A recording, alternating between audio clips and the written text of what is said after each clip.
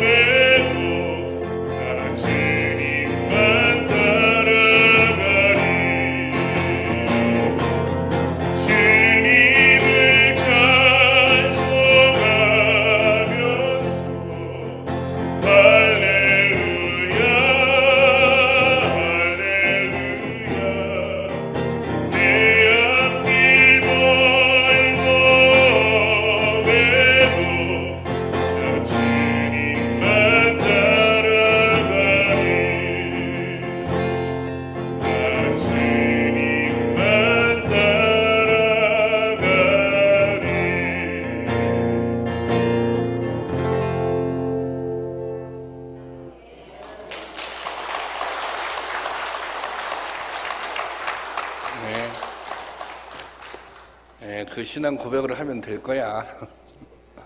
예. 저한테 정말 많이 혼났습니다, 사실은. 예, 그래서 참 도망치기도 했었는데 그리고 제가 막 또 뭐 이 청년 시절에 여기서는 아니고 막 찬양을 막 또 시키고 기도해야 된다고 그래서 그 성악을 하고 있는데 그래서 저한테 막 이렇게 항의도 하고 다른 분들이 왜 그 찬양하는 그 이렇게 성악가를 왜 락커를 만들려고 하느냐 이제 그런 제가 일도 있었고 그랬는데 어쨌든 그 참 예, 그렇네요. 이 찬송가대로 하면 뭐 예, 사역 성공할 거야. 예. 예, 예. 참 갈 길이 멀다 얘야. 오늘은 건강한 교회 시리즈 네 번째 설교인데요. 네 번째 참 기쁨이 있는 교회입니다. 참 기쁨이 있는 교회. 우리가 인생을 살아가며 누리는 여러 가지 기쁨들이 있습니다. 여러분들이 세상에서 누리는 기쁨 중에 어떤 기쁨이 가장 큰 것 같습니까? 제가 볼 때 아마도 여러분 자녀들이 계시다면 자녀들이 주는 기쁨이 가장 클 것 같습니다. 왜냐하면 자녀들은 가장 사랑하는 존재이기 때문입니다. 하지만 자녀들이 항상 기쁨만 주는 것은 아닙니다. 기쁨도 주지만 때로 마음을 아프게 할 때도 많이 있습니다. 그러니까 자녀가 우리에게 영원히 끊임없이 기쁨만을 주는 것은 아닙니다. 우리 교회는 참 기쁨이라고 하는 좋은 이름을 가지고 있습니다. 그냥 기쁨 교회가 아니라 참 기쁨 교회입니다. 이것은 세상에서 누리는 기쁨과 믿음 안에서 또는 교회 안에서 우리가 누려야 할 기쁨은 분명히 다르기 때문입니다. 그런 차별성을 가지고 참 기쁨이라 교회 이름을 지었습니다. 세상의 기쁨은 상황이나 조건에 영향을 받습니다. 하지만 하나님 안에서 누리는 기쁨은 상황이나 조건과는 무관합니다. 건강한 교회는 하나님 안에서 누리는 진정한 기쁨이 있는 교회입니다. 우리의 신앙도 마찬가지입니다. 빌립보서는 바울이 말년에 로마 감옥에서 쓴 편지입니다. 빌립보 교회는 유럽에 세워진 최초의 교회였습니다. 바울은 다메섹 도상에서 주님을 만나고 난 다음에 회심하고 난 다음에 그의 일생 동안 3차에 걸쳐 전도 여행을 합니다. 두 번째 전도 여행을 아시아 지역, 구체적으로 얘기하자면 터키로 가기를 원했습니다. 그런데 그것이 가로막히게 되었어요. 그러던 중 밤중에 그가 환상을 보게 됩니다. 그 한번 환상의 내용 좀 볼까요? 사도행전 16장 9절입니다. 사도행전 16장 9절 다 같이 한번 읽어보겠습니다. 시작. 밤에 환상이 바울에게 보이니 마게도냐 사람 하나가 서서 그에게 청하여 이르되 마게도냐로 건너와서 우리를 도우라 하거늘. 여기 마게도냐 사람, 이 마게도냐는 유럽을 뜻합니다. 유럽은 아시아의 반대편에 있어요. 유럽 사람 하나가 나타나서 건너와 우리를 도우라 이런 음성을 듣습니다. 그래서 이제 바울이 마게도냐로 가요. 마게도냐의 첫 번째 성이었던 빌립보에 가서 복음을 전하게 되었습니다. 그곳에서 우리가 익히 들었던 자주장사 루디아를 만나 전도를 하고 그 가족들이 복음을 받아들여 그곳에서 그 집에서 모이게 되었는데 이것이 빌립보 교회의 시작입니다. 그 후 빌립보를 떠나 바울은 전도하다가 로마 감옥에 갇히게 되었습니다. 그때 빌립보 교회는 로마 감옥에 갇혀 있는 바울을 위해 선교 헌금을 모아 에바브로디도 편에 전달하게 됩니다. 바울은 에바브로디도를 통해 빌립보 교회가 건강하게 잘 성장하고 있다는 소식을 듣습니다. 이때 빌립보 교회에 대한 여러 소식을 접하며 바울은 빌립보 교회에 감사와 기대를 담아 편지를 쓰게 되는데 이 편지가 바로 빌립보서입니다. 그런데 이 빌립보서 편지의 가장 중요한 주제 중에 하나가 바로 기뻐하라는 것입니다. 현재 바울은 노쇠한 몸으로 로마 감옥에 갇혀 있습니다. 또 언제 사형이 집행될지도 모르는 상황입니다. 하지만 그는 나는 기쁘다. 나는 평안하다. 그래서 자기가 누리는 평안이 멀리 있는 유럽에 있는 빌립보 교회 성도들도 누리기를 원했습니다. 그래서 그런 권면을 편지에 담아 보내게 되는 것입니다. 오늘은 건강한 교회가 누릴 기쁨에 대해 생각하며 은혜를 나누겠습니다. 첫 번째로 한 마음이 되는 기쁨입니다. 공동체 안에 기쁨이 있으려면 무엇보다 공동체에 속한 사람들 사이에 갈등이나 분쟁이 없어야 합니다. 그렇잖아요. 누구하고 마음이 상하면 교회 안에 미워하는 사람이 있으면, 교회 안에 보기 싫은 사람이 있으면, 교회 안에 상처를 주는 사람이 있으면 마음이 편치 않잖아요. 기쁨이 없어지잖아요. 그러나 거의 모든 공동체 안에는 갈등이 존재합니다. 하지만 모든 공동체 안에는 갈등이 존재해요. 저도 목회를 하면서 성도님들과 갈등을 겪는 순간들이 있었습니다.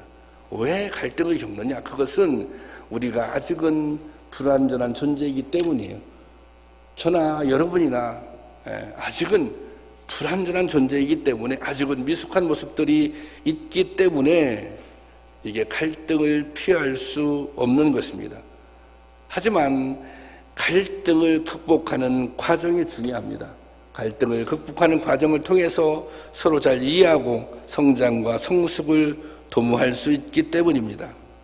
빌립보 교회는 두 여성 지도자 사이의 갈등이 문제가 되었습니다. 오늘 본문 2절 보면 2절 한번 올려주세요. 2절 보면 제가 읽겠습니다. 내가 유오디아를 권하고 순두개를 권하노니, 여기 두 사람이 등장합니다. 이 두 사람은 여성들입니다. 그런데 이 두 사람을 향해서 사도 바울이 뒤에 보면 주 안에서 같은 마음을 품으라 이렇게 권면하고 있습니다. 그러면 이 두 사람이 지금 서로 다른 마음을 가지고 있다는 것입니다. 여기서 다른 마음이라고 하는 것은 두 사람이 지금 서로 다른 생각을 가지고 대립하고 있다는 것입니다. 빌립보 교회는 개척 당시 예배 초소를 제공했던 루디아를 비롯해 열성적인 여성 지도자들이 많았습니다. 이 두 사람도 그 중에 하나입니다. 그런데 이 두 사람 사이에 문제가 생긴 것입니다. 그러니까 두 교회 여성 지도자들 사이에 문제가 생긴 거예요. 그러니까 이렇게 표현하면 되겠죠. 총여성교회 회장님과 총무님 사이에 갈등이 생긴 거, 그런 모양이 교회가 된 것입니다. 사실 지도자 간의 갈등은 교회의 큰 짐이 됩니다. 이게 단순히 개인적인 갈등이 아니에요. 이것은 교회의 문제거든요. 바울은 생각을 달리하고 있는 그들에게 주 안에서 같은 마음을 품으라고 권면합니다. 그러면서 사도 바울은 이 두 사람을 비난하기보다, 왜 그렇게 다른 마음을 품고 있느냐고 비난하기보다 교회 전체가 이 두 사람을 도와줘 문제를 해결하도록 권면합니다. 그것이 3절 말씀입니다. 3절 말씀 올려보세요. 3절 보세요. 또 참으로 나와 멍에를 같이 한 내게 구하노니 복음에 나와 함께 힘쓰던 저 여인들을 돕고, 지금 다른 마음을 가지고 있는, 지금 갈등 관계에 있는 두 여인을 도와주라는 것입니다. 어떻게 도와줘요? 이 두 여인이 갈등을 해소하고 한 마음이 될 수 있도록, 같은 마음을 품을 수 있도록 도와주라는 것입니다. 우리가 갈등이 생기면 서로 갈등을 부채질하는 사람들이 있습니다.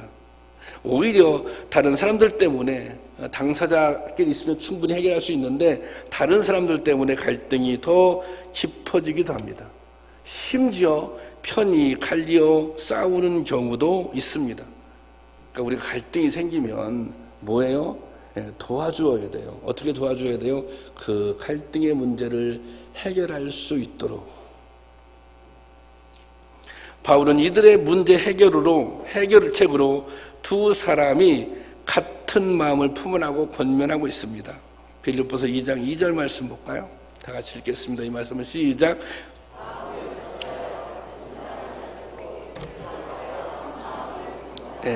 마음을 같이하여, 그렇죠? 마음을 같이하여 같은 사랑을 가지고 뜻을 합하여 한 마음을 품으라.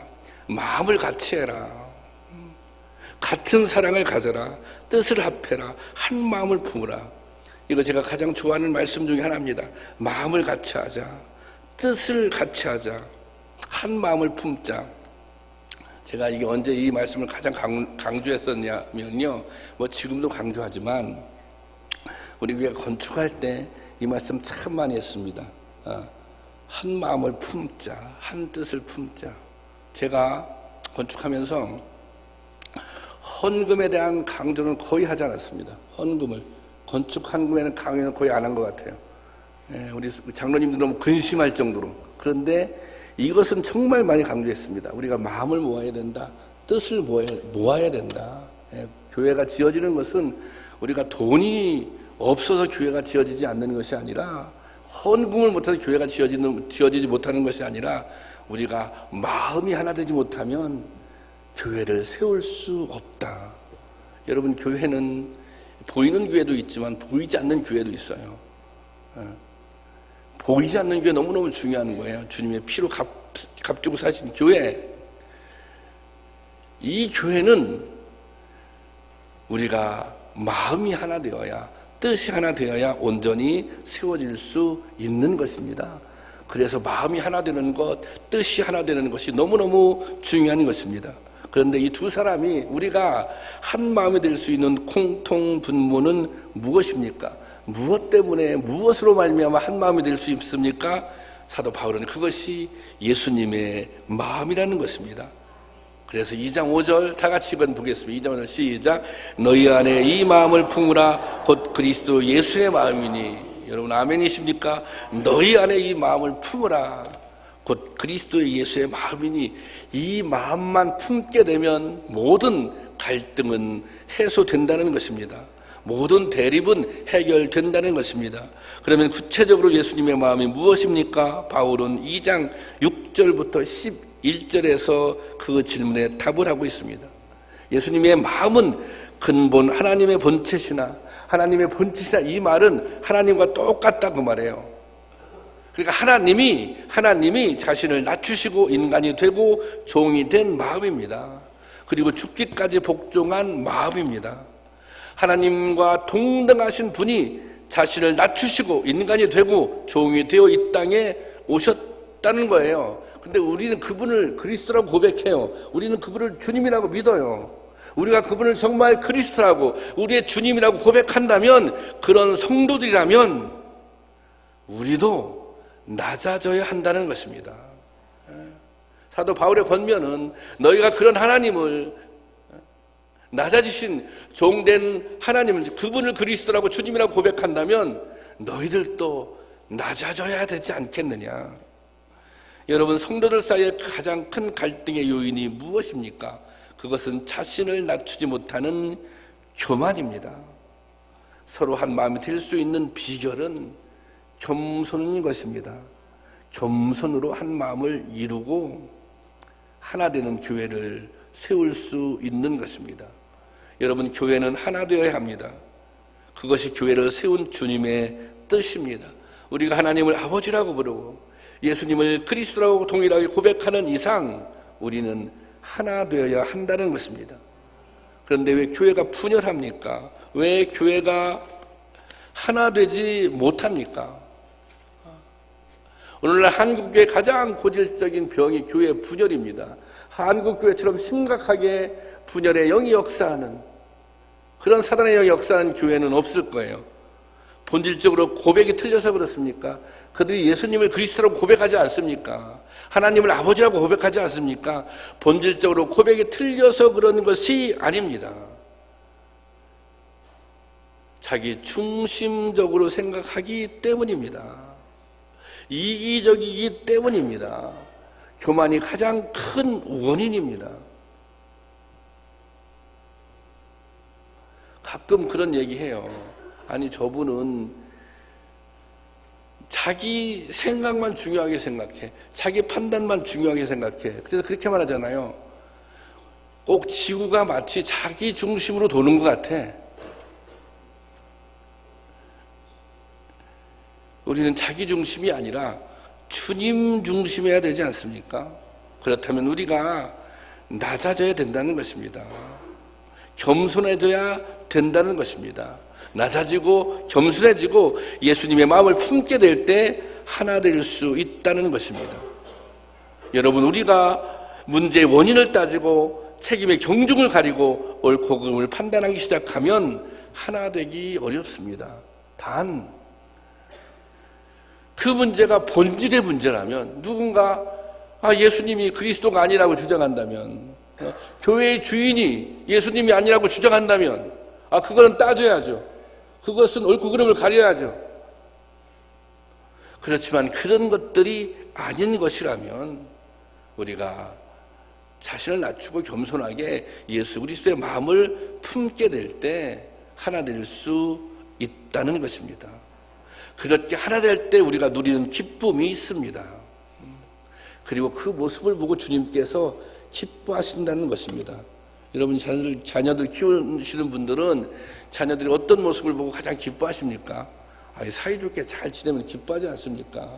누구 어려운 아이가 있으면 좀 여유 있는 자식이 잘 돕고 협력하면 그거 기쁨이지 않습니까? 주님은 교회가 하나 되는 모습을 가장 기뻐하십니다. 그런 의미에서 우리 교회가 참 기쁨이 있는 교회가 될 수 있기를, 주님께도 기쁨을 주는 그런 교회가 될 수 있기를 주님의 이름으로 축원합니다. 그리고 두 번째는 주 안에서 누리는 기쁨이 있다는 것입니다. 바울은 빌립보 성도들에게 이렇게 간곡하게 권면합니다. 4절 말씀 보겠습니다. 4절 말씀 다 같이 시작. 주 안에서 항상 기뻐하라. 내가 다시 말하노니 기뻐하라. 주 안에서 기뻐하라. 어떻게 기뻐하라? 항상 기뻐하라. 그리고 다시 말하노니, 강조하고 있잖아요. 다시 말하노니 기뻐하라. 여기서 어디서 기뻐하는 거예요? 주 안에서 기쁘다는 것입니다. 그 다음에 항상 기쁘다는 것입니다. 바울 사도가 권하는 기쁨은 주 안에서 누리는 기쁨입니다. 주 안에서 누리는 기쁨은 단순히 상황이나 조건이 좋아서 기뻐하는 것이 아닙니다. 내가 주님 안에 있으므로, 내가 믿음 안에 있으므로 어떤 상황과 환경에 상관없이 누릴 수 있는 평안과 기쁨입니다. 주님은 주님을 사랑하는 모든 사람에게 합력해서 선을 이루어 주시는 분이니, 내가 그분을 주님이라고 고백하는 믿음이 있다면 힘들어도 어려워도 환난 가운데 있어도 결국에 승리하게 하시는 주님을 믿는 믿음이 있다면 어떤 상황에서도 기뻐할 수 있는 것입니다. 이 기쁨을 유지해서 반드시 필요한 것이 있는데 그것이 바로 기도입니다. 빌립보서 4장 6절 말씀입니다. 한번 보겠습니다. 시작. 아무것도 염려하지 말고 모든 일에 기도와 간구로 너희 구할 것을 감사함으로 하나님께 아뢰라 그랬습니다. 아무것도 염려하지 말고, 염려할 것이 있으면 기도함으로 하나님께 맡기라는 것입니다. 여러분, 염려가 있어요? 그러면 주님께 맡기세요. 그러니까 주님께 맡기면, 내가 염려가 있어요. 내 염려를 주님께 맡기면 그 순간부터 그 이상 그 염려는 내 염려가 아닙니다. 더 이상 그 문제는 내 문제가 아닙니다. 그건 누구의 문제예요? 주님의 문제예요. 주님이 알아서 하실 문제예요. 나의 염려를 주님께 맡긴 이상 그것은 주님의 문제지 나의 문제가 아니라는 것입니다. 그런데 저는 이렇게 얘기하고 싶어요. 만약 여러분이 생각할 때 내가 염려하면 그 문제가 해결될 수 있을 것 같아요. 그럼 염려하세요. 아니, 내가 염려해서 그 문제가 해결될 수 있을 것 같으면 염려하세요. 염려해서 해결하세요. 그런데 우리가 염려하는 대부분의 문제는 우리가 염려해도 해결이 안 되는 문제라는 것입니다.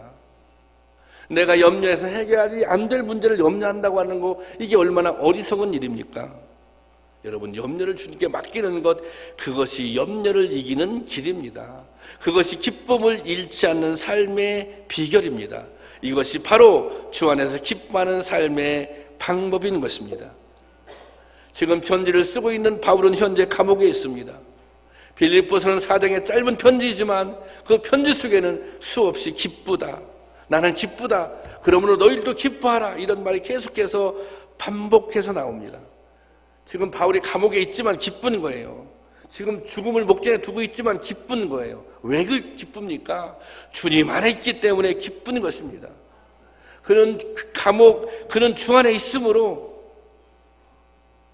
감옥 안에서 하늘나라를 바라보고 있는 것입니다. 감옥 넘어 하늘나라를 바라보고 있어요. 그게 주 안에서 사는 사람의 모습이에요. 죽음을 넘어서 멸류관을 바라보고 있는 것입니다. 이것이 주님 안에 사는 사람의 삶인 것입니다. 바울은 주님 안에 있었으므로 모든 상황을 뛰어넘어 기뻐할 수 있었습니다. 그리고 이 기쁨을 유지할 수 있었습니다. 바울은 자신이 누리고 있는 이 기쁨을 빌립보 교인들도 누리기를 원했습니다. 빌립보 교회와 성도들이 정말 주 안에서 행복하고 기쁘게 사는 모습을 보고 싶었던 것입니다. 여러분, 주님께서 우리에게 기대하시는 모습, 오늘 우리 교회에 기대하시는 모습, 그 모습은 기뻐하는 공동체입니다. 참된 기쁨이 있는 공동체입니다. 그런 교회입니다. 여러분, 오늘 우리도 주님 안에 있으면 항상 기뻐할 수 있습니다. 모든 것을 협력해서 선을 이루시는 하나님을 믿게 되면 어떤 순간에도 하나님을 찬양할 수 있습니다. 주님 안에서 참 기쁨을 누릴 수 있는 우리 모두가 될 수 있기를 주님의 이름으로 축원합니다. 마지막으로 빌립보 교회를 바울에 대한 나누는 기쁨입니다. 이 나누는 기쁨은 은혜를, 내가 받은 은혜를 나누는 거예요. 내가 받은 사랑을 나누는 거예요. 빌립보 교회를 향한 바울의 권면은 감사와 격려로 마무리가 됩니다. 4장 15절 말씀인데 함께 보겠습니다. 시작.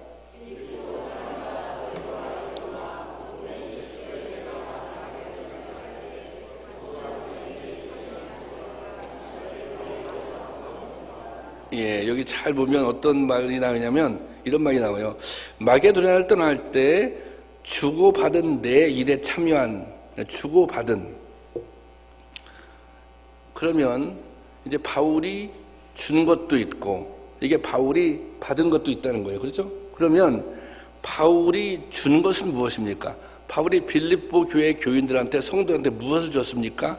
바울이 그들에게 준 것은 복음입니다. 복음을 주었어요. 그러면 빌립보 교회 성도들은 바울에게 무엇을 주었습니까? 이 빌립보 교인들이 복음을 받아들였어요. 그리고 구원을 경험했어요. 그 다음에 바울이 빌립보 교회를 떠날 때 그들이 헌금을 합니다. 헌금을 해서 모아서 바울에게 주어요. 선교 헌금을 준 거예요. 이 선교 헌금을 준 이유는 그거예요. 우리를 구원해 준 이 복음을 더 많은 사람에게 전해달라. 그래서 선교 헌금을 바울에게 준 것입니다. 그러니까 바울은 그들에게 복음을 전했고 은혜 받은 그들은 선교 헌금을 해서 더욱더 복음을 전할 수 있도록 바울을 후원했던 것입니다. 그때 한 번으로 빌립보 성도들의 헌신이 끝나지 않았습니다. 4장 16절 한번 볼까요? 4장 16절 다 같이 읽어보겠습니다. 시작. 데살로니가에 있을 때에도 한 번뿐 아니라 두 번이나 나의 쓸 것을 보내었도다. 이게 어디에? 이게 로마에 있을 때만 보낸 것이 아니라 데살로니가에 있을 때도 두 번씩이나 선교 헌금을 보내주었다는 거예요. 그러니까 빌립보 교회 성도들은 지속적으로 사도 바울의 선교를 도왔고 물질적으로 후원했던 것입니다. 그래서 바울은 빌립보 교인들의 헌신에 대해서 이렇게 칭찬하고 있습니다. 4장 18절인데요. 제가 읽어볼까요? 에바브로 디도 편에 너희가 준 것을 받음으로 내가 풍족하니, 그래, 선교 헌금을 받아서 내가 여유가 있어. 그 다음에 이는 받으실 만한 향기로운 제물이요 하나님을 기쁘시게 한 것이라. 이것은 빌립보 성도들을 격려하고 칭찬하고 있는 것입니다. 너희가 이렇게 헌금하는 거, 선교 헌금하는 거, 이거 향기로운 제물이야. 이거 하나님을 기쁘시게 한 것이야. 그렇게 격려하고 칭찬합니다. 그런데 바울이 이렇게 격려하고 칭찬해 보니 이런 오해의 소지가 있는 거예요. 그러면 빌립보 교회 성도들이 생각할 때 좀 부담이 되는 거예요. 그러면 계속해서 우리가 부담감을 가지고 이게 선교 헌금을 해달라는 얘기 아니야? 뭐 그렇게 오해를 할 수 있잖아요. 바울이 그런 생각을 한 거예요. 바울이 그러니까 그렇게 성도를 세심하게 배려하는 거예요. 그래서 다시 이렇게 말합니다. 4장 17절 다 같이 보겠습니다. 시작. 내가 선물을 구함이 아니요 오직 너희에게 유익하도록 풍성한 열매를 구함이라. 내가 이게 선물을 무슨 구하는 것이 아니고, 내가 이렇게 기뻐하는 것은, 내가 이렇게 좋아하는 것은 너희들의 풍성해진 믿음 때문에 내가 좋아하는 것이다. 내가 헌금 때문에 기뻐. 그거 기뻐. 근데 그것 때문에 기뻐하는 것이 아니라, 그 핵심이 거기에 있는 것이 아니라 너희들이 가지고 있는 그 풍성한 믿음의 열매, 성숙해진, 이제 다른 영혼의 구원으로 생각하는 그런 믿음의 열매를 보고 내가 너무 기분이 좋았다. 그렇게 말하고 있는 것입니다. 그러니까 이 빌립보 교인들이 바울의 선교 사역을 도울 생각을 하는 것은 분명한 신앙의 성숙이고 열매를 뜻하는 것이었습니다. 바울은 그것이 기쁘고 대견해서 감사했던 것입니다. 여러분, 선교야말로 받은 은혜를 나누는 것이야말로 신앙 성수의 가장 분명한 열매인 것입니다. 부모의 은혜를 받고 자란 자녀들의 성숙의 증거가 무엇입니까?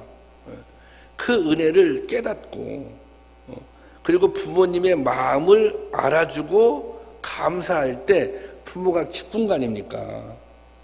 그래서 저도 아직도 우리 아이에 그런 얘기 많이 해요. 너 언제 철나냐? 너 언제 철나냐? 예, 부모는 자식이 철나는 게 기쁜 거예요. 철나는 게 대견스러운 거예요. 그게 성숙의 징표거든요. 이게 뭔가 철이 들었어요. 그래서 이 부모님의 은혜에 너무 고마운 거예요. 그래서 무슨 선물 하나 준비했어요. 선물을 받았어요.